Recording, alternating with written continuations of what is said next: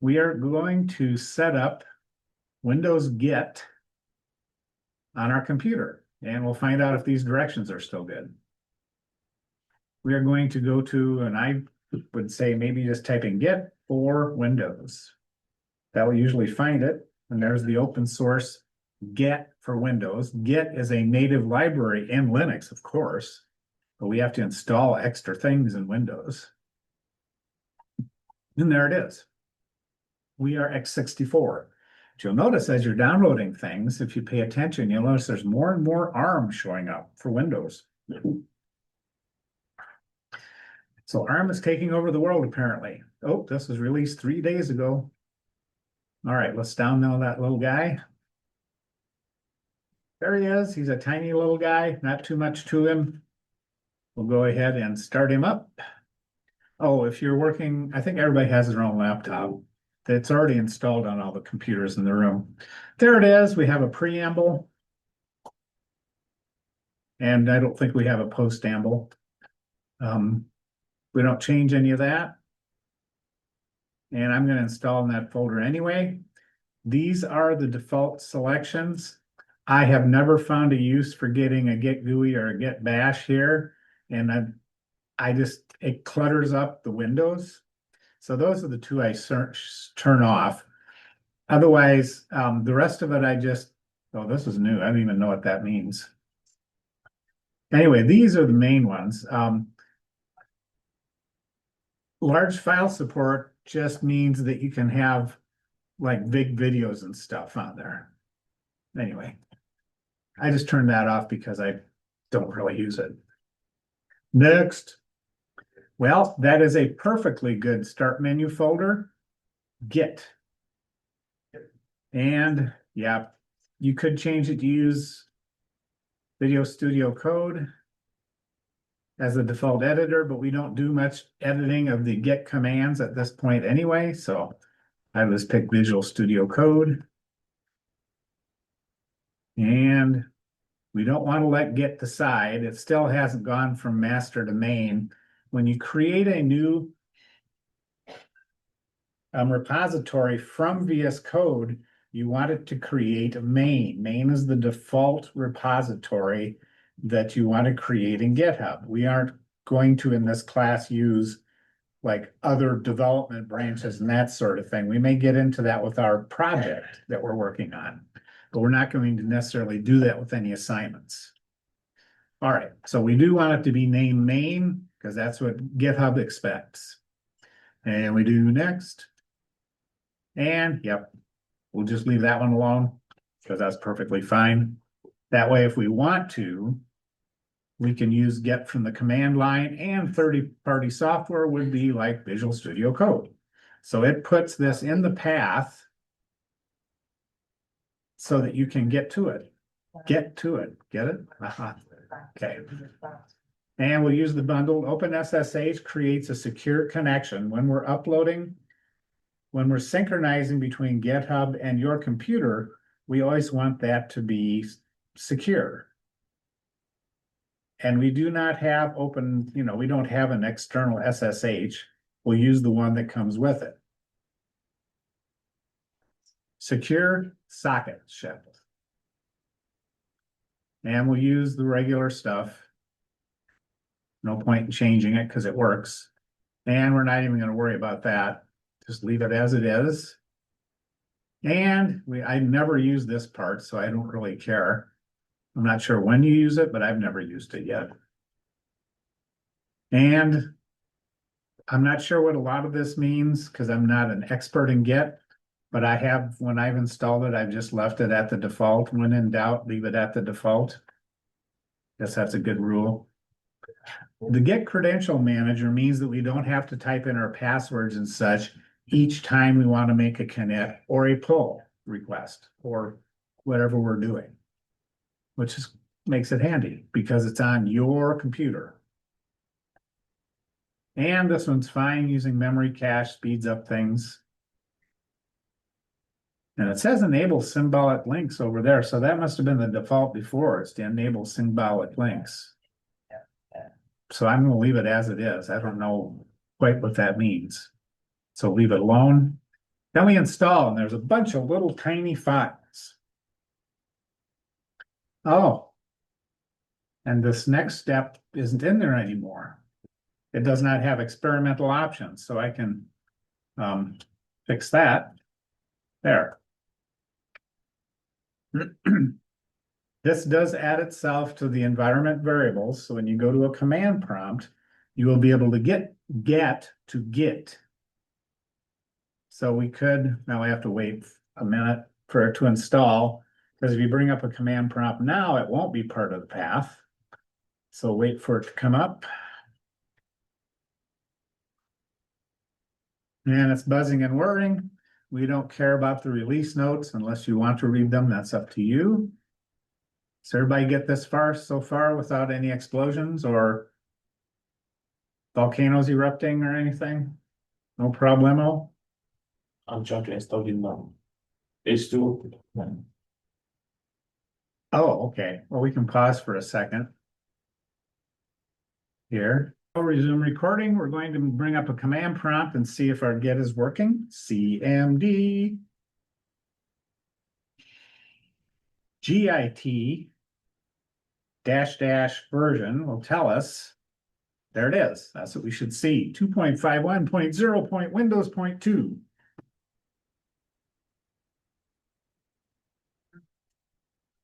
So far, so good? Yep. All right, so now we need to add our username to it. Git config, there we go. -- global user.name, and this would be your name. I've already got mine in there, so I'm not going to add it in.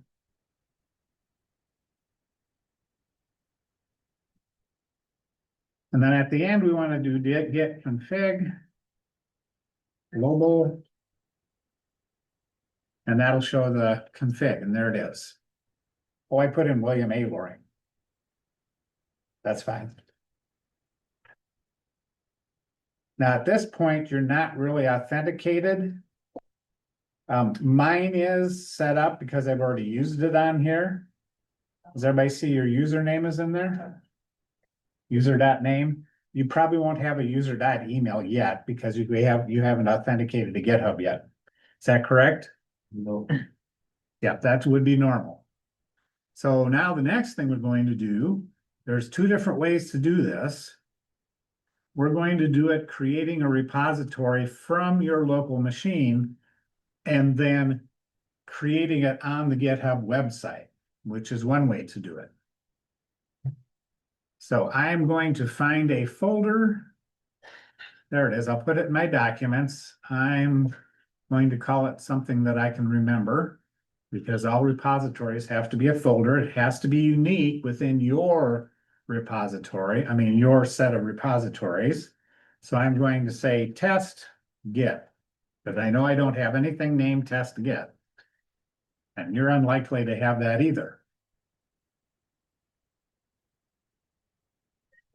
We want to open this as a folder, which means we're creating a project. So I'm right-clicking on test git, show more options, open with code. As we get to more complex programs, this should be the way you always open it. Otherwise, you'll have import errors and all kinds of things will start happening. And I don't need any agents helping me here. Go away. There. All right. So in here, we are going to create a new file. I don't want to tell you anything. Don't ask me again. No. All right. We're going to create a new file. I'm going to call it hello world.py. Good one to start with, isn't it? And then I'll put in print. Hello. It's Halloween, you know, it's getting to be Halloween. So we'll do hello. There. So now we have a change here that is not in our GitHub repository. We don't have a GitHub repository. That's fine. So far, so good? Okay. So I know this usually works fine. So what we want to do is go over here to this guy, source control. And we're going to publish to GitHub, which will automatically initialize this as a repository. And it'll help us. This will set up our authentication to GitHub too. And once you've done it once on that machine that you're on, you don't have to do it again. So we're going to publish to GitHub, and then it says it wants to sign in. Correct? Should say wants to sign in. Yes, no? Everybody's good? No? Yes? Okay, I'll assume yes. Then you allow, and it should take you to the website, which then you would sign in as, your person. That's my GitHub. And now that is automatically going to go back to here and see now I have the choice of publishing to a private or a public. Well, we're going to publish to public. Now I'll stop for a second here to see if everybody has gotten to this point. When you click publish to the, oh dear, there we go. We're going to publish to the public. And then it's going to say what files should be included in the repository. And of course, we want to include our new file. We click OK. And that publishes to github.com, plus it creates a local repository.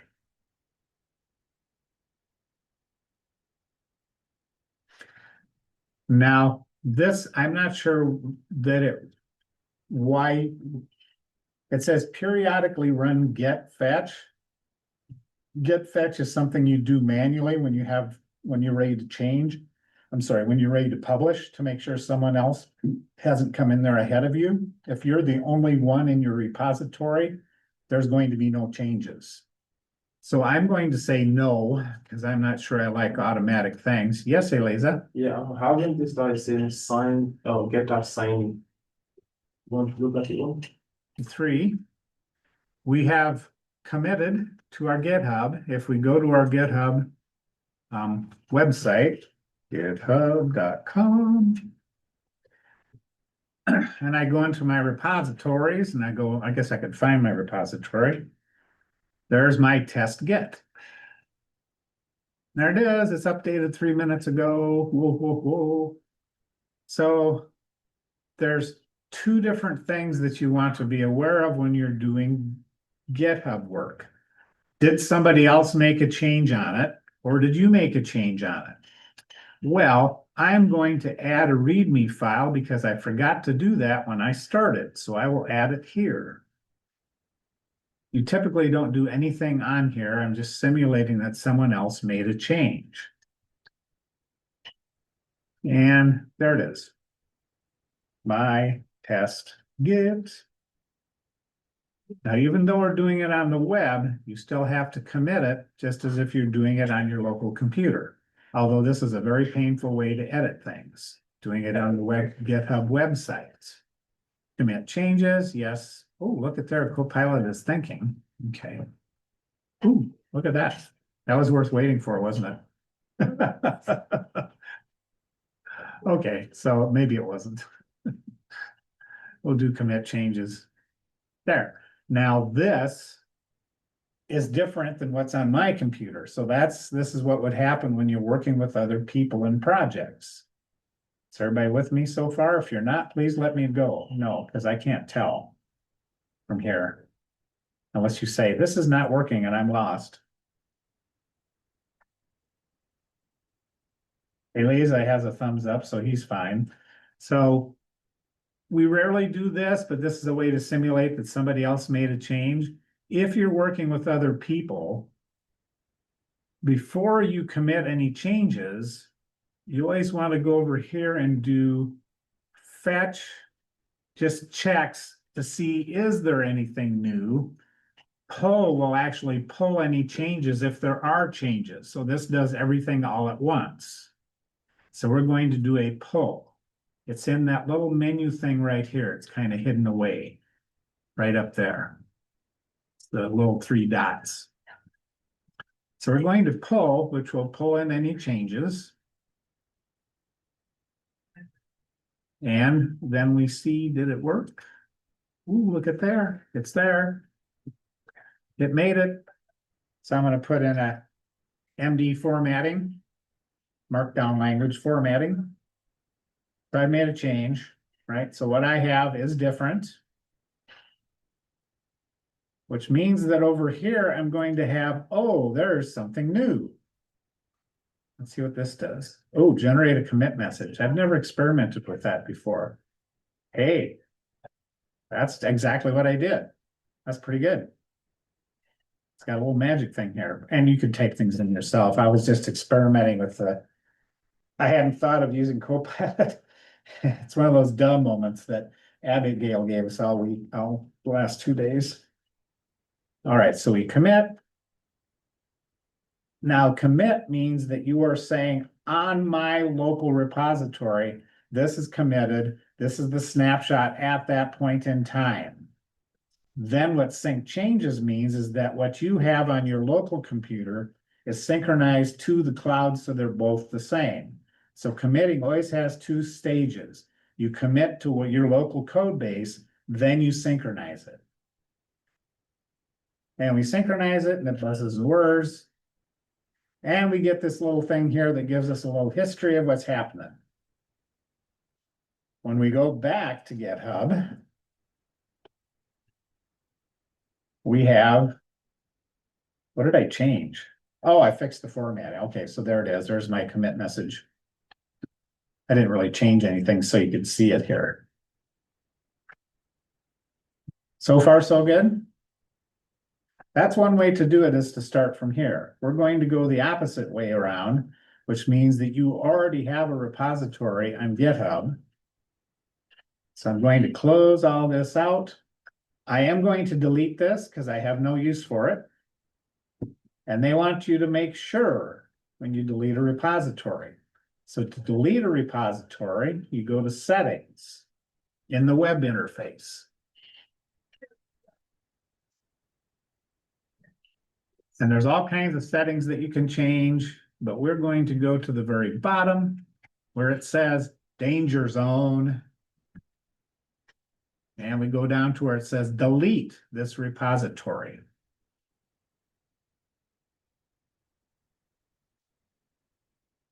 And I want to delete this repository.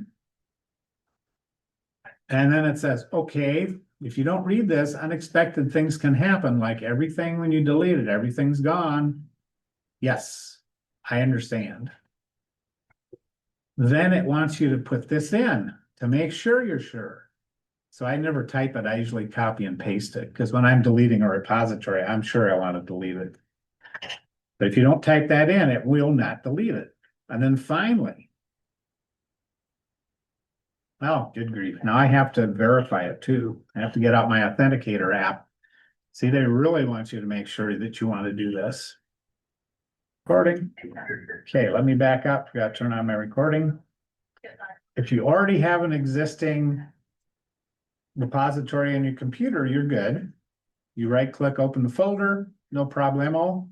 If you have something up here that you want to synchronize, the easiest way I've found is to open it with GitHub Desktop and do the initial synchronization with this. After that, I've had no trouble with Visual Studio Code.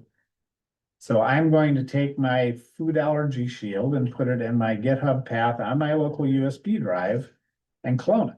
That initial cloning is easier, I think, with GitHub Desktop.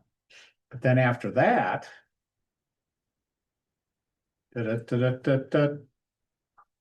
now we can open, and when you do open with Visual Studio Code here, it automatically opens the repository as a folder, which you have to do before Visual Studio Code will recognize it as a repository. And when I open it, it looks at things, and if I go over here, it scans and it finds the Git information that this guy just saved. As it gets saved in a little folder called .github. This is all the synchronization stuff. Or it's .git, I can't remember what it's called. Anyway, if I make a change here, like if I change my README file, I'll just say instead of simple, I'll say a cool cross-platform application. Built with Kivy and Copilot, as it was. I did not do the whole thing. There, so I made some changes. Whenever you make changes in a repository that Visual Studio Code recognizes, every change shows up as a number. So if I change a different file, it'll say 2. And if I change a different file, it'll say 3. When you go over here, it'll show the different changes that you want to commit. And now you commit just like you did originally. I'll have GitHub Copilot generate me a message. Yeah, okay. That's actually pretty good. I kind of like this Copilot commit message thing. And I commit. Now that commits it to the local code base.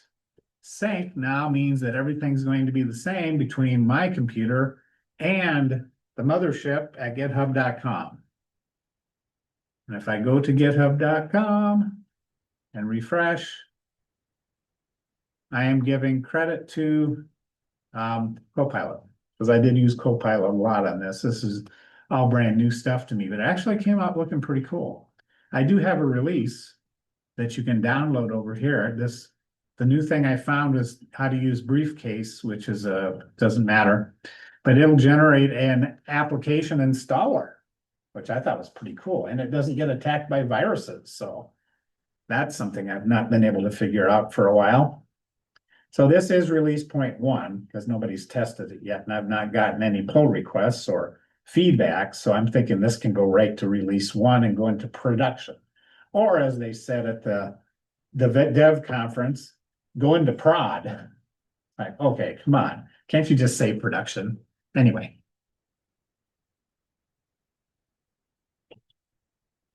There we are. That increases your productivity